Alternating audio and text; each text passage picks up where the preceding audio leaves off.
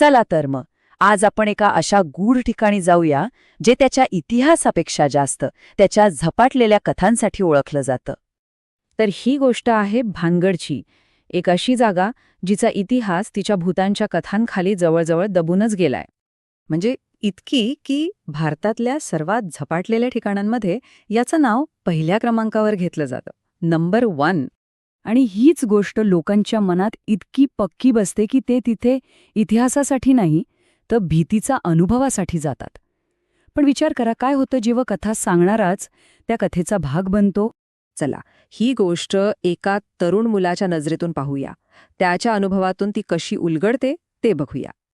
तर हा आहे मानव, एक 20 वर्षांचा तरुण टूर गाईड, आपल्या आईवडिलांचा एकुलता एक आधार.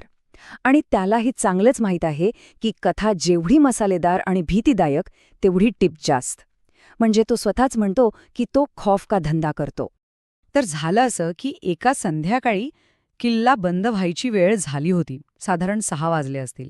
आणि बरोबर त्याच वेळी काही कॉलेजची मुलं-मुली त्याच्याकडे आली.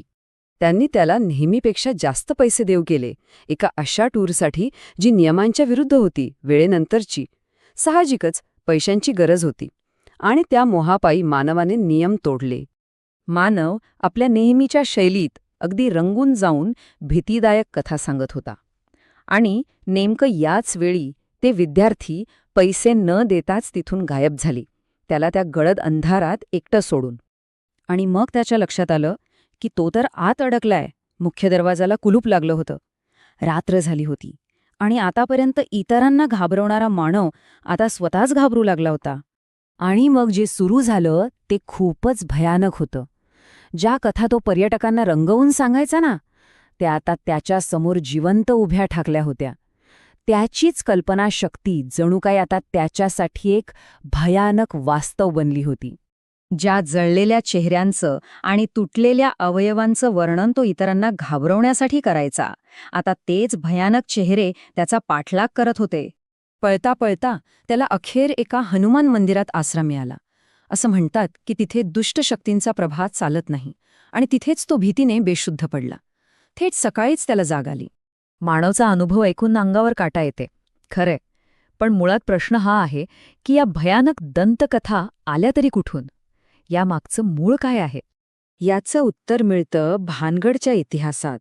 16व्या शतकातल्या 2 मोठ्या शापांमध्ये या सगळ्या कथांची मुळं दडलेली आहेत. तर बघा, या 2 कथा आहेत. पहिली कथा आहे एका साधूच्या शापाची.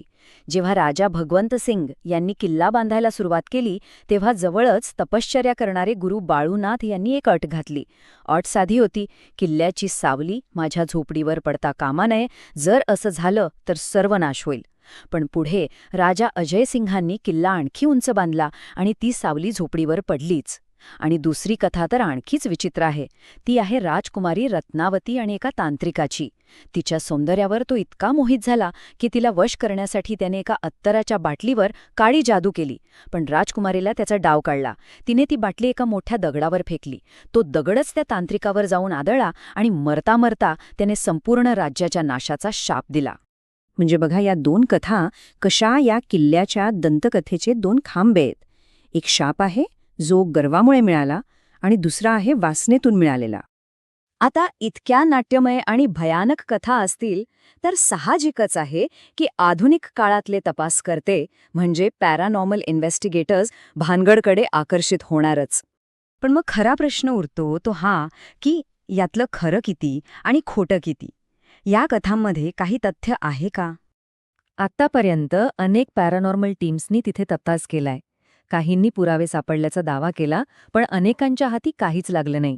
उलट असं दिसून आलंय की ह्या कथांमध्ये खूप जास्त भेसळ आहे, म्हणजे त्या खूप रंगवून सांगितल्या जातात. आणि हे काम कोण करतं? तर टूर गाईड्स. थोडक्यात तोच भीतीचा व्यवसाय ज्याबद्दल आपण मानवच्या बाबतीत बोललो. आणि इथेच आपण पुन्हा त्या मूळ मुद्द्यावर येतो. या झपाटलेपणामागे खरंच काही अमानवी शक्ती आहेत की फक्त माणसंच आहेत? शेवटी एक गोष्ट अगदी स्पष्ट होते, खौफ का कोई मीटर नाही होता. म्हणजे भीती मोजण्यासाठी कोणतंही मोजमाप नाही. म्हणजे बघा, भानगड खरंच झपाटेला आहे की नाही हा मुद्दा नंतरचा आहे. पण तिथे गेल्यावर जी भीती वाटते ती भावना मात्र 100% खरी आहे. आणि ही भीती वाढते ती तिथे सांगितल्या जाणाऱ्या कथांमुळे. आणि यामुळेच शेवटी एक महत्वाचा प्रश्न उभा राहतो की आपल्याला खरं तर कोण झापाटतं, एखादं भूत की ती कथा रंगवून सांगणारा कथाकार.